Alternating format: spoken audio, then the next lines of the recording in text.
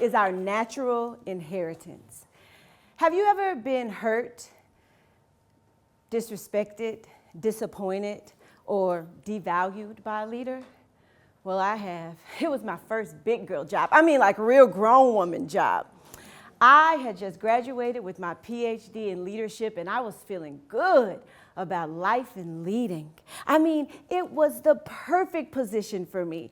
I had been longing to lead at a higher level, but more importantly, I had been longing to be led. I mean, I was excited because I heard that my new boss was a doctor that looked like me. Oh, thank you, God. My leadership prayers had been answered. You know, because coming from a boss who couldn't pronounce my name and always wanted to touch my hair, and every time a woman or a black joke was made, glanced at me. I mean, I don't even know if this good old boy could spell leadership. However, even in that space, I was grateful. Why? Because I knew that superiors would teach you what to do and what not to do. The day came. Dr. K, meet Dr. Miller. I almost bear hugged her. I expressed to her how honored I felt to be under her leadership.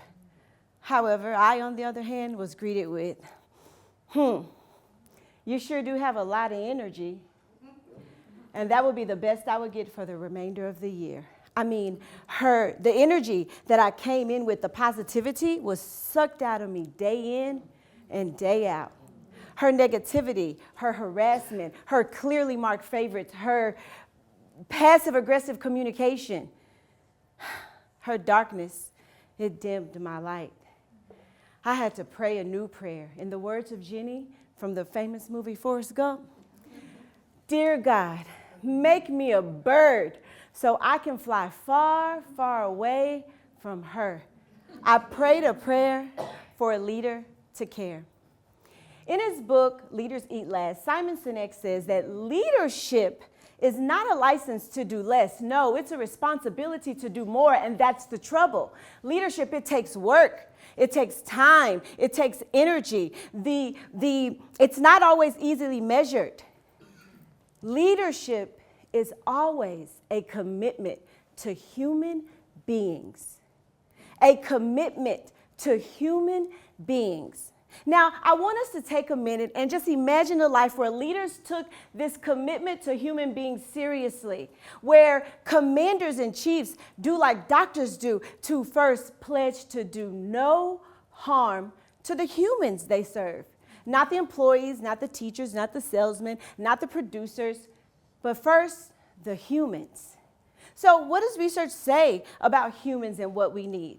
Well, I'd like to offer you two well-renowned experts on the subject of human needs. Abraham Maslow and the Beatles, of course. Both posit that all humans need after psychological and physical safety is love. Dun, dun, dun, dun, dun. All we need is love, love. Love is all we need. So leaders, it's time that we begin to lead with love. Now, I need to level set a little bit on what I mean by love, because love can be translated by many different people in many different ways. Love became something that I was obsessed with defining after my divorce. 2 children and 20 years later. It was devastating. Yet, even in crisis and catastrophe, we learn, we grow. And in that situation, I learned that love has to be more than what we say. But what is it?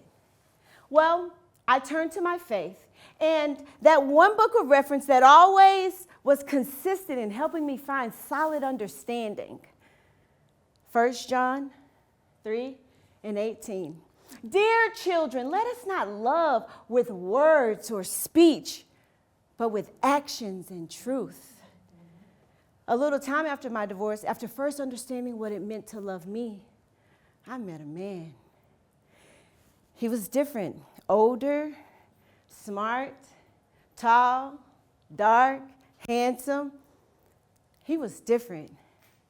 And he was a man of very few words, but many actions. He was patient, kind. He did not boast. He did not envy. He did not keep record of wrong. He hoped, trusted, and protected me.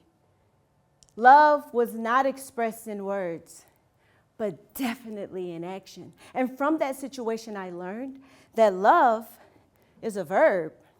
Love is what you do. So, how do leaders lead with love? I'm glad you asked. Now, I'm going to be honest. As a woman, sometimes I can be complicated and be real deep. But lucky for you today, I have no complex strategies to share. The answer is quite simple. Just care. So for the next few minutes, I'm going to share with you 8 high-yield, simple actions that all leaders can do if you really want to make a difference in the lives that you serve.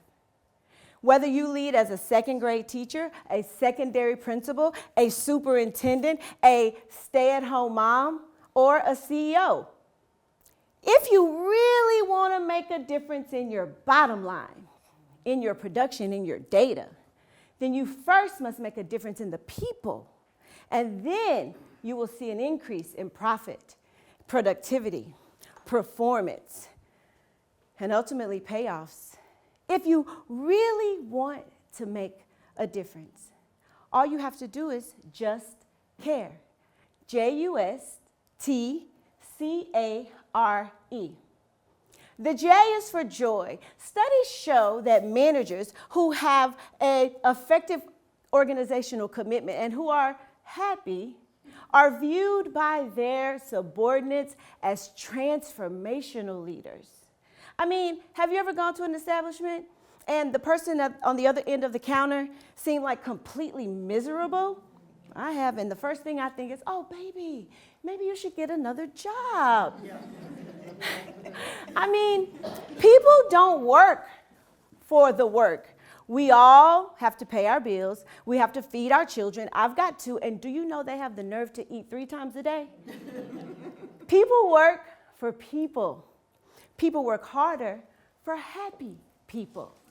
When you as a leader love what you do, when you as a leader are happy, then you motivate and you energize those around you. So now that we're all warmed up, let's go to the U. The U is for undo your tie.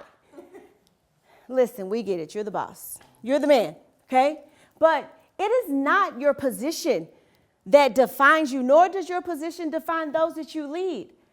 I mean, at the end of the day, we know that you call the shots. However, people need to first see you as a human. Humans get hungry, humans get tired, humans get sick, humans grieve, humans fall in and out of love. When people are able to first see you as a human, then they can connect to you.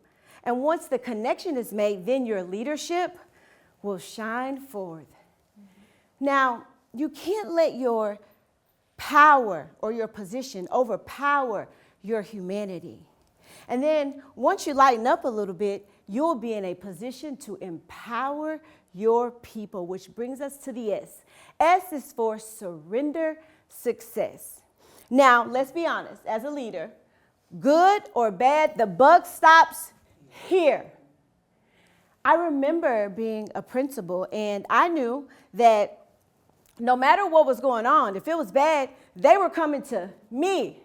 Now, they sometimes forgot to come to me when things were good, but that's another talk. It was my name on the social media. It was my name on the website. It was my name on the board members' rosters. And pressure like that makes a leader want to do everything yourself.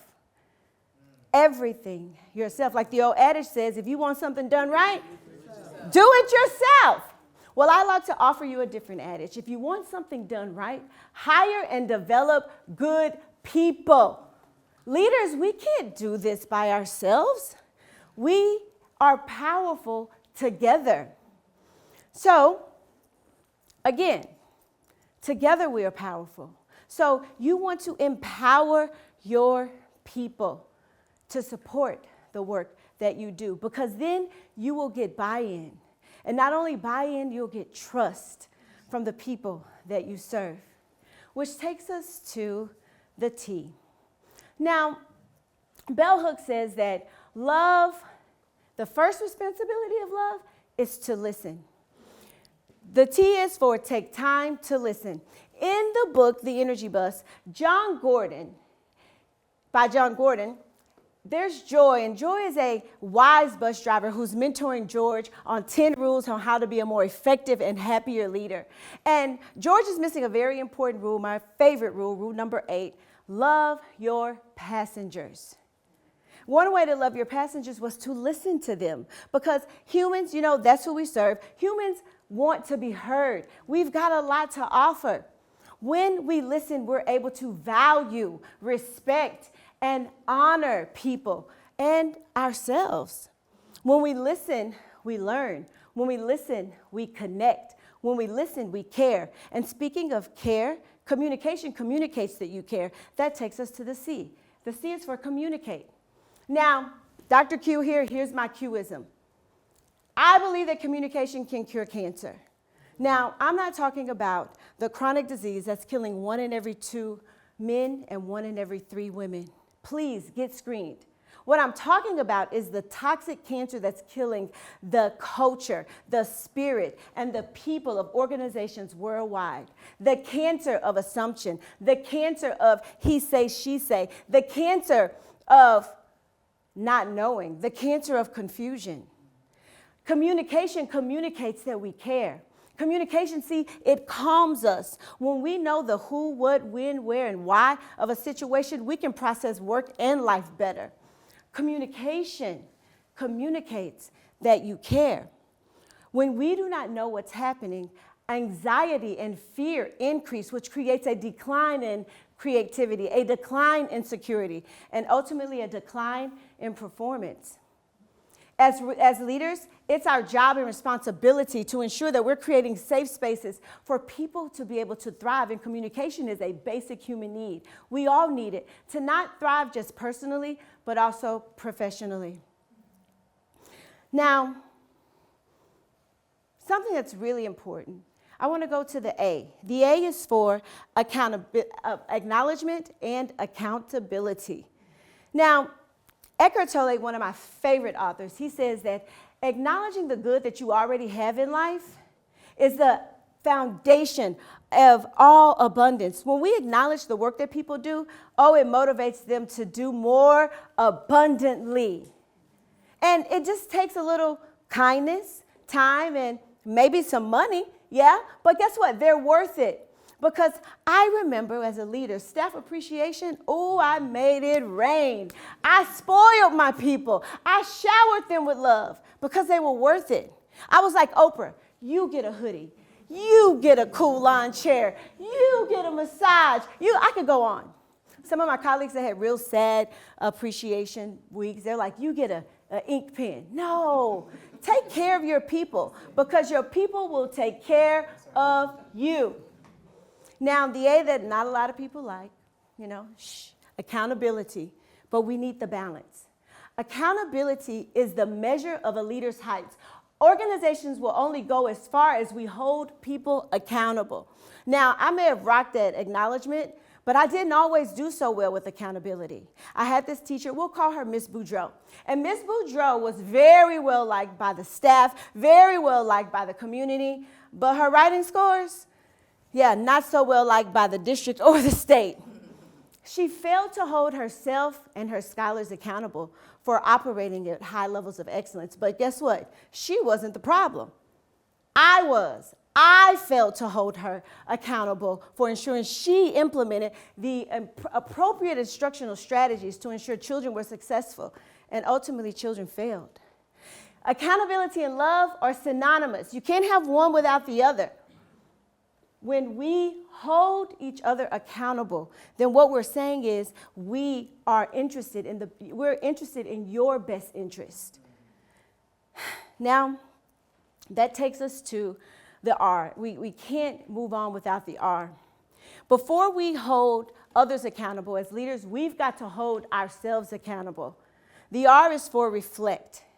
Now, In reflection, I'm reminded of Michael Jackson. He says, I am looking at the man in the mirror. As leaders, if you're serious about leadership, then you understand it's important for you to always work on your own self-development. You've got to get better in every area of your life so that you can lead others effectively. And it's simple. There's 3 steps that you need to do for looking at the mirror. The first thing is ask for the mirror. As a leader, you need a consistent feedback cycle so that you're always knowing how you're doing, and not just from your supervisors, but from those who are directly impacted by your leadership. The next thing is take that information and then make sure that you are learning. If you're doing well, keep doing it. But if you're not, you need to learn, how do I get better? One way to do that is reading. Reading is my favorite way, because if you're not reading, you're not learning and you're not growing. And then the last thing is to take those newly learned skills and put them into action. Now, one thing that we can't go on without is the last E. E is for excellent examples. Oye, tenemos que ser ejemplos. Si quieres que la gente lo haga mejor, debemos mostrarles lo que se ve mejor. Translated, if we want others to do well, we've got to show them what well looks like. As a leader, you are the model. You are the example.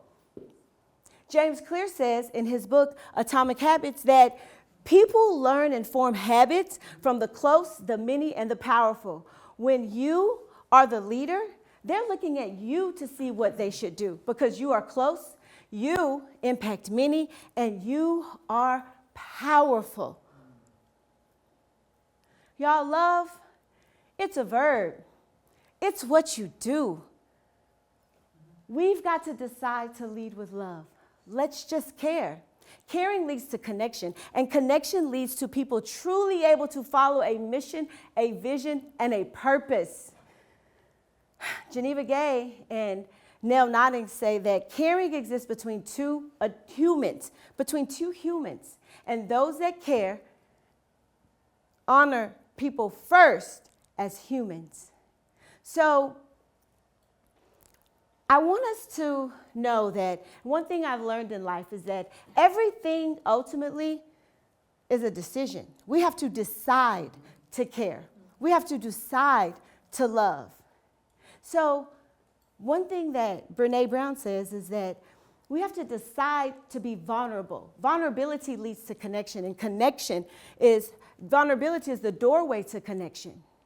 So I want you to stop. Ask yourself, now, am I leading with love? Do the people that I lead feel the love of my leadership? And then don't talk, just listen, learn, and identify what you can do. Decide to lead with love. Decide to just care.